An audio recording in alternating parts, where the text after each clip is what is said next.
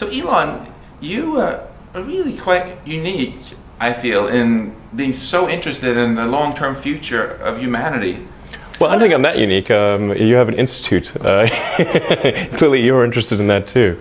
Well, I'm quite the oddball. I'm curious, your interest in the far future of humanity, when did that begin? How did that start?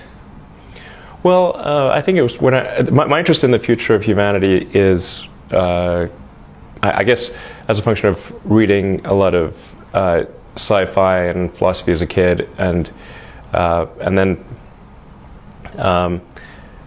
and just sort of thinking about, okay, what's important to do? Like, why do anything? What's the meaning of life? And I came to the conclusion that what we really need to do is make sure that life continues into the future, and particularly conscious life.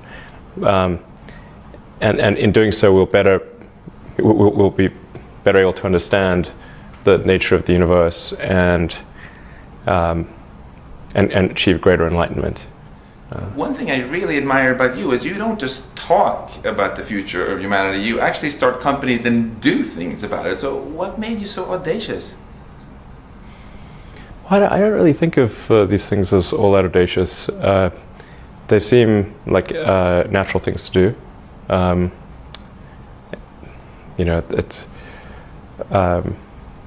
It's sort of more of a long-term optimization rather than a short-term one.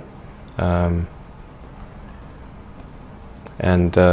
just not that I think everyone should be doing these things, but someone needs to do them. So if I see that somebody's not doing this and maybe I could be helpful, then I try to do something in that regard.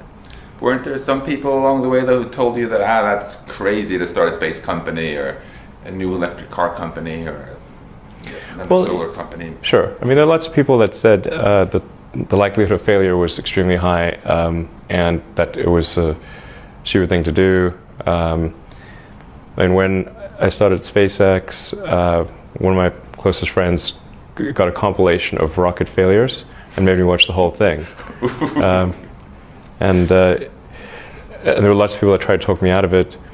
And the joke was, how do you make a small fortune in the rocket business? Well, you start with a large one. I got told that joke so many times that obviously I knew the punchline, so I just tell them the punchline, and they would look at me like, "Is he serious?" Or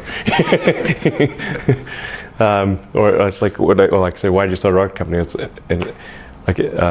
was trying to figure out the fastest way to turn a large fortune into a small one. That seemed like a good way to go. But the thing is, I already thought the probability of failure was high, and that with that the likelihood of success was therefore low, so this was not new information. I thought maybe SpaceX had, I don't know, 10 or 20% chance of success, and Tesla probably similar. I thought Solar City had a much higher chance of success, but probably still only, I don't know, 50% or something like that. For the longest time, SpaceX and Tesla almost didn't survive. It came very close to perishing as companies. In 2008 and 2009, with the Great Recession, was an extremely close call. Looking ahead, what do you think are the technologies that are going to have the greatest impact on society? So I think there's probably five categories. Yeah. There's I'm not even giving a particular order, but making life multiplanetary, achieving sustainable production and consumption of energy. Obviously, the internet as a whole. The continued growth of the internet. And then potentially, if we do this, reprogramming human genetics, and the fifth one would be artificial intelligence. So working on the kind of the first three, but not the last two. the last two I think have the greatest potential to be a double-edged sword. So when you call artificial intelligence a double-edged sword, can you talk a bit about the positive edge first? What do you see as the greatest benefits we can get from AI? Well, the greatest benefits from AI would probably be in eliminating drudgery. So, like in terms of or tasks that are mentally boring, not interesting. There's arguably breakthroughs in areas that are currently beyond human intelligence, or at least for now beyond human intelligence. I think we could probably solve them in the long term, such as the classic sort of curing cancer and addressing diseases of aging, Alzheimer's, and all these things. So there's insert various like intractable problems to human intelligence, currently what seem to be intractable problems, and then if you had something that was way smarter, it could solve those problems. And turning to negative edge, right?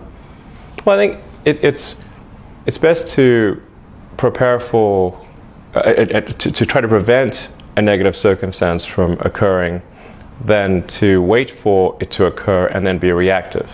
So, and this is a case where the range of negative outcomes some of them are quite severe.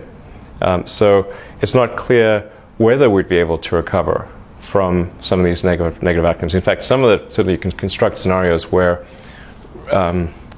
recovery of human civilization does not occur. And when the risk is that severe, it seems like you should be proactive and not reactive. I'm really quite curious why you decided to make such a large donation, because 10 million is something that really enables a massive amount of research. I don't think 10 million is a large amount of money for this subject area. It should probably be higher. But